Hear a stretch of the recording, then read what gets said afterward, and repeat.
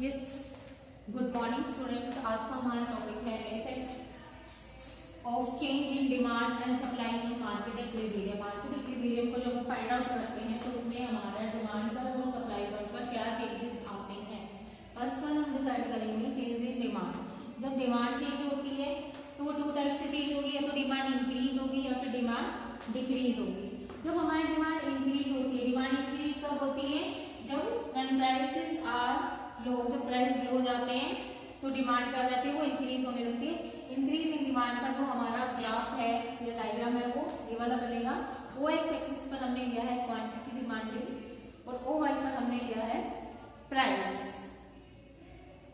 D D हमारा demand curve है, S S हमारा सप्लाई कर्व है। वो दोनों इंटरसेक्ट कर रहे हैं एट द पॉइंट ऑफ ई।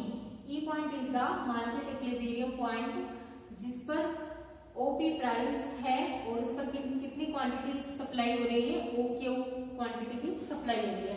हम कौन सा केस स्टडी करें? Increase in demand. जब डिमांड इंक्रीज होगी, डिमांड इंक्रीज कब होगी? जब डिमांड का जो है वो राइट साइड में शिफ्ट हो जाएगा। डी से कहाँ शिफ्ट हो जाएगा? डी1 पर शिफ्ट हो जाएगा। जब डी1 पर शिफ्ट होगा तो डी और एस सप्लाई का और डिमांड का कौन से पॉइंट पर इंटरसेक्ट कर रहे हैं? वो E1 पॉइंट पर इंटरसेक्ट कर रहे हैं। इस इंटरसेक्ट करने पर जो प्राइस डिसाइड होगा वो कितना हो जाएगा? ओपी से रेज होकर कितना हो जाएगा? वो OP1 हो जाएगा। और क्वांटिटी डिमांडेड जो है वो OQ से इंक्रीज होकर कितनी हो जाएगी? OQ1 पर आ जाएगी। तो एट दिस पॉइंट क्या है?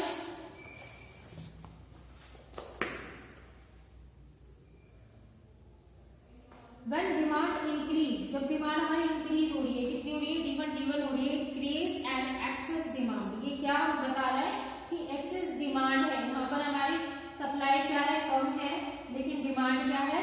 ज्यादा है। तो ये सिचुएशन क्या दिखा रही है हमें? एक्सेस डिमांड की है। The old equilibrium price of OP. OP price से हमें क्या पता चल रहा है कि जो हमारा जो न्यू इक्विलिब्रियम है, इसे E1 आया, तो ये क्या है? इतना पोर्शन क्या है हमारा? ये एक्सेस डिमांड है। This leads to competition among buyers. इससे क्या पता चलता है? जो बायर्स के बीच में कंपटीशन क्रिएट हो जाएगा, विच रेज द प्राइस। इससे क्या होगा? प्राइस जो है वो बढ़ने लगेंगे। प्राइस बढ़ेंगे तो क्वांटिटी सप्लाई भी क्या हो जाएगी? वो इंक्रीज हो जाएगी। क्योंकि लॉ ऑफ सप्लाई क्या कहते हैं? जैसे जैसे प्राइस इंक्रीज होते हैं तो क्वांटिटी डिमांडेड या क्वांटिटी सप्लाई भी क्या हो जाती है? इंक्रीज होती है। तो क्वांटिटी सप्लाई जब तक इंक्रीज होगी जब तक कि हम new equilibrium level E1 point तक नहीं पहुंच जाते हैं। जब हम E1 पॉइंट पर पहुंच जाएंगे तब से फिर दोनों हमारे डिमांड और सप्लाई का क्या है वो इंटरसेक्ट करेंगे। अगर इससे अपर जाए वो इंटरसेक्ट नहीं करेगा, supply is greater then demand. लेकिन न्यू इक्विलिब्रियम कहाँ आएगा? जहां पर हमारे सप्लाई का और डिमांड का इंटरसेक्ट करेंगे। कहाँ कर रहे हैं? वो E1 पॉइंट पर कर रहे हैं। तो ये हमारा न्यू इक्विलिब्रियम पॉइंट क्या हो जाएगा? E1 हो जाएगा। इस पर प्राइस क्या हो जाएगा? OP से बढ़कर कितना हो जाएगा? OP1 हो जाएगा।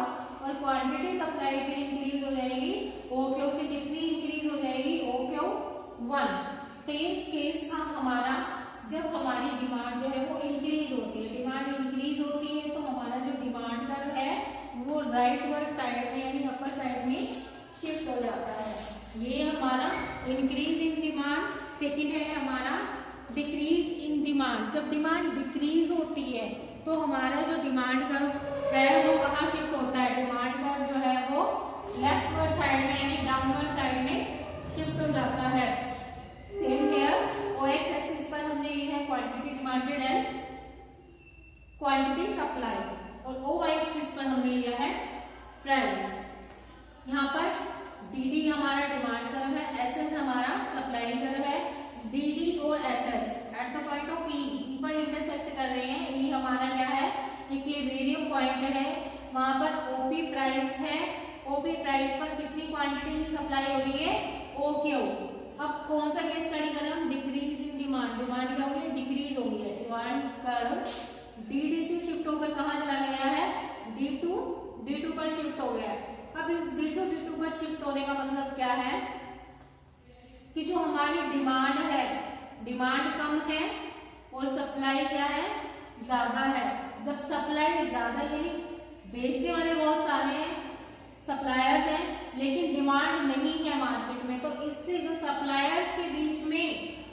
कंपटीशन है वो क्या है, वो रेज हो जाएगा, बढ़ जाएगा। सप्लायर्स के बीच में कंपटीशन बढ़ेगा तब धीरे धीरे प्राइस क्या होगा, फिर कम होगा, क्योंकि डिमांड नहीं है मार्केट में। तो अपने प्राइस को क्या करेंगे, डाउन करेंगे। प्राइस को तब तक डाउन करेंगे जब तक कि हमारा डिमांड का और सप्लाई का इंटरसेक्ट नहीं हो जाता है। जब ये दोनों हमारा ई पॉइंट से E2 पर, ये जो पॉइंट बीच का जो गैप है, ये क्या दिखा रहा है, एक्सेस सप्लाई, यानी यहाँ पर डिमांड कम है और सप्लाई क्या है, ज्यादा है। तो इस लेवल पर हम इक्विलिब्रियम में कब पहुंचेंगे, जब हमारे डिमांड और सप्लाई का इंटरसेक्ट करेंगे। जब हमारा न्यू इक्विलिब्रियम लेवल आएगा, क्या आ जाएगा, वो ई से शिफ्ट होकर क्या हो जाएगा, E2 हो जाएगा।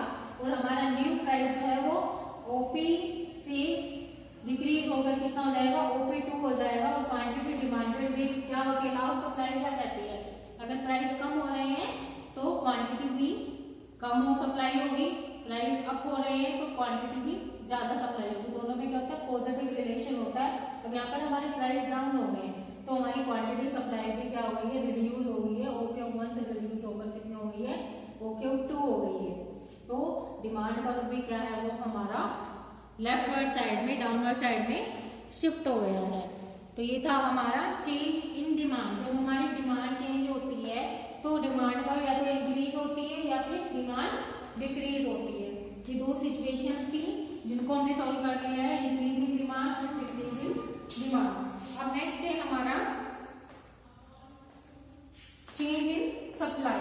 सप्लाई में जब चेंज होता है तब क्या होता है, तो सप्लाई में भी सेम होगा, या तो सप्लाई इंक्रीज होगी या तो सप्लाई डिक्रीज होगी।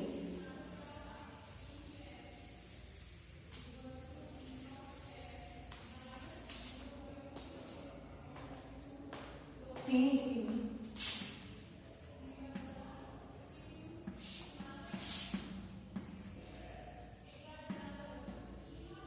In supply.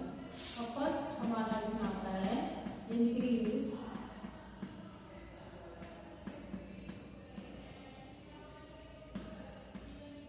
In supply. जब हमारी जो सप्लाई है वो क्या होगी, इंक्रीज होगी। OX एक्सिस पर हमने लिया है क्वांटिटी डिमांडेड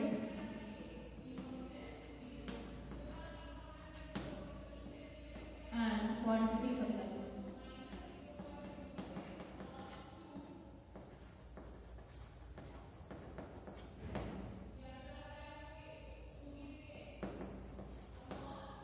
OY पर हमने लिया है प्राइस।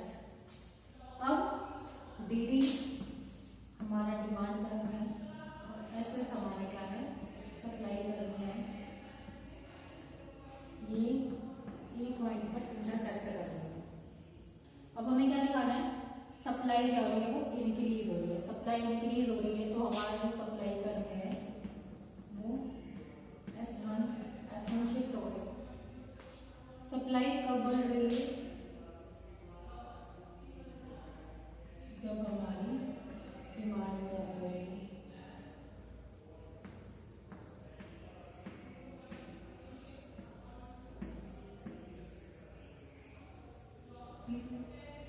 अब इक्विलिब्रियम प्राइस फॉल्स क्या हो गए, इक्विलिब्रियम प्राइस क्या था, पहले OP था, फॉल्स होकर कितना हो गया, OP से OP1 हो गया।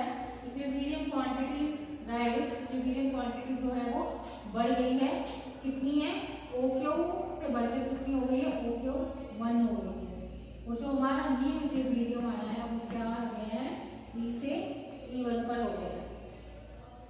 अब when supply increases to S1, जब हमारी सप्लाई इंक्रीज हो गई है, कितनी हो गई है, S1 हो गई है, it create an excess supply at the old equilibrium price of OP।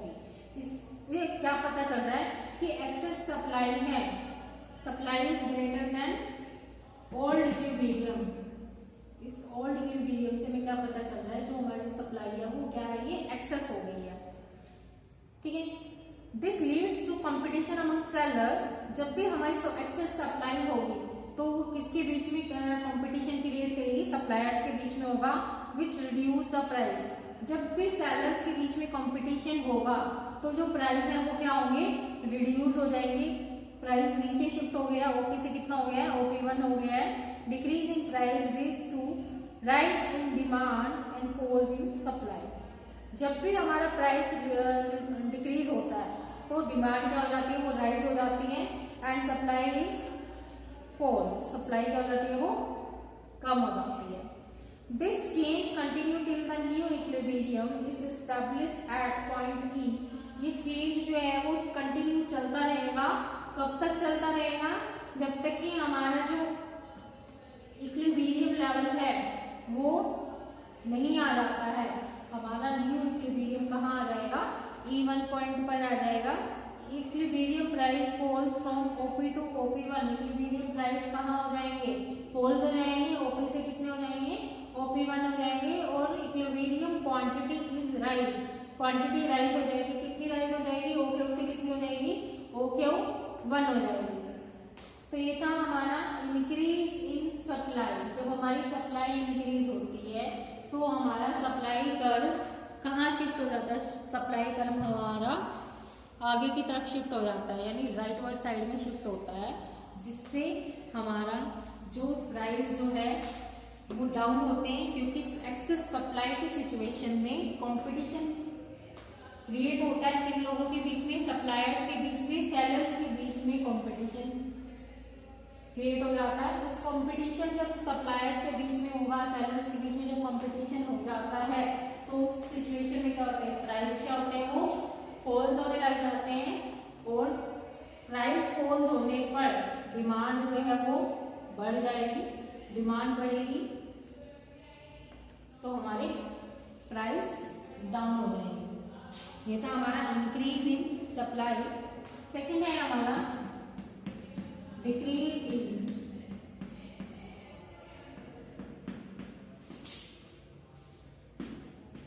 जब हमारी सप्लाई डिक्रीज होती है। सप्लाई डिक्रीज का मतलब क्या है, हमारा जो सप्लाई का जो है वो लेफ्ट वर्ड साइड में शिफ्ट हो जाएगा। सेम हियर, OX एक्सिस पर हमने लिया है क्वांटिटी डिमांडेड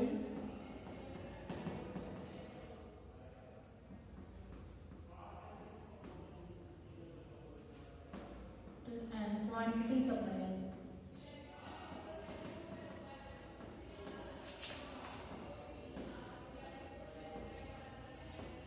ओवर पर हमने लिया है प्राइस। DD हमारा क्या है, डिमांड कर्व है, SS हमारा सप्लाई कर्व है। ये इक्विलिब्रियम लेवल आ गया हमारा, इस पर OP प्राइस है, OQ क्वांटिटी है। हमारी क्या हो रही है, सप्लाई डिक्रीज हो रही है। सप्लाई डिक्रीज का मतलब क्या है, जो हमारा सप्लाई कर्व है वो हमारा SS से शिफ्ट होकर कहाँ पर चला गया, S2 पर चला गया है। तो न्यू इक्विलिब्रियम हमारा आ जाएगा। प्राइस क्या हो जाएगी हमारी, OP2 हो जाएगी, और क्वांटिटी OQ2। न्यू इक्विलिब्रियम हमारा आ जाएगा E2। तो ये जो कंडीशन है ये क्या कहलाती है, हमारी डिक्रीज इन सप्लाई। देखिए डिक्रीज इन सप्लाई में, when supply decreases demand remaining unchanged. जब सप्लाई डिक्रीज होती है तो डिमांड क्या है, वो अनचेंज रहती है, डिमांड में कोई भी इफेक्ट नहीं पड़ता। Then supply curve shift to left from SS to S2 S2। SS से कहाँ चला जाएगा, डिमांड कर्व S2 पर पहुंच जाएगा। When supply decreases to S2, it creates an excess demand। जब हमारी सप्लाई डिक्रीज हो गई, S2 पर चला गया, तो इससे हमें क्या पता चल रहा है कि जो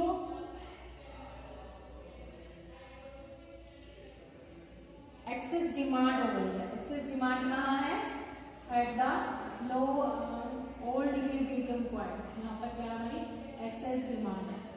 एक्सेस डिमांड होने पर क्या होगा, leads to competition among buyers. जब भी डिमांड एक्सेस डिमांड की सिचुएशन होती है तो कंपटीशन किसके बीच में होगा, बायर्स के बीच में होगा। विच रेज द प्राइस, जब बायर्स के बीच में कंपटीशन होता है तो हमारा जो प्राइस है वो क्या हो जाएगा, डाउन हो जाएगा। जब भी सप्लायर्स के बीच में सेलर्स के बीच में कंपटीशन होता है तो प्राइस डाउन जाते हैं, और जब बायर्स के बीच में कंपटीशन होता है तो प्राइस क्या हो जाएंगे, बढ़ जाएंगे। इट मींस जब डिमांड ज्यादा होती है, सप्लाई कम होती है तो प्राइस क्या हो जाते हैं, बढ़ जाते हैं। प्राइस बढ़ते हैं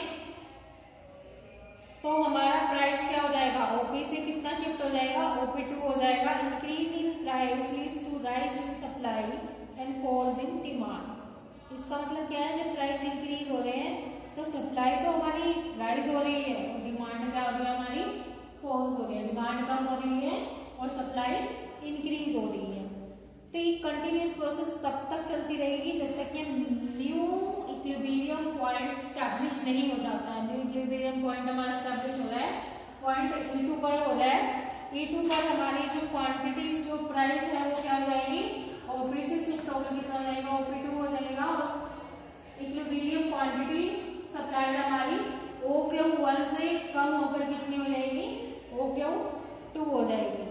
तो ये हमारा हो जाएगा डिक्रीज इन सप्लाई। जब हमारी सप्लाई जो है वो डिक्रीज होती है तो हमारा सप्लाई का जो है वो लेफ्ट साइड में हमारा शिफ्ट हो जाएगा। और कब तक ये प्रोसेस कब तक चलती रहेगी, जब तक कि हमारा न्यू इक्विलिब्रियम पॉइंट नहीं आ जाता है। ये सिचुएशन क्या है, इस सिचुएशन पर हमारी इस लेवल के बीच में हमारे क्या है, यहाँ पर ये एक्सेस डिमांड है।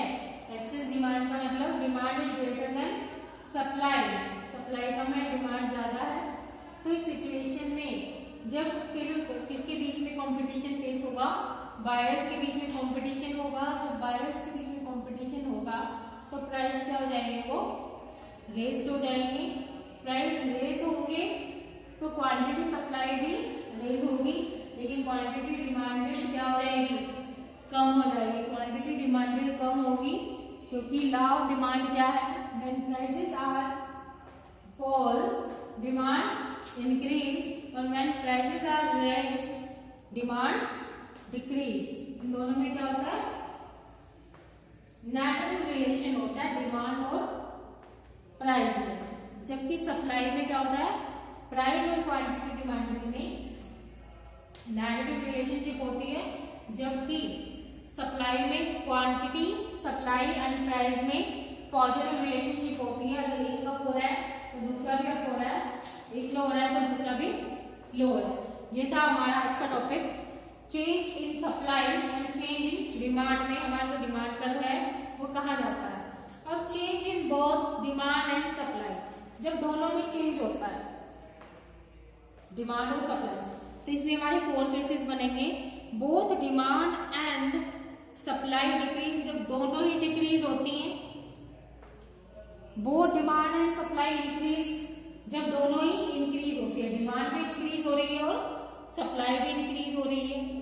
थर्ड कंडीशन हमारी बनेगी, demand decreases and supply increases. Demand decrease हो रही है और सप्लाई हमारी क्या हो रही है, इंक्रीज हो रही है। फिर डिमांड इंक्रीज हो रही है और सप्लाई डिक्रीज हो रही है।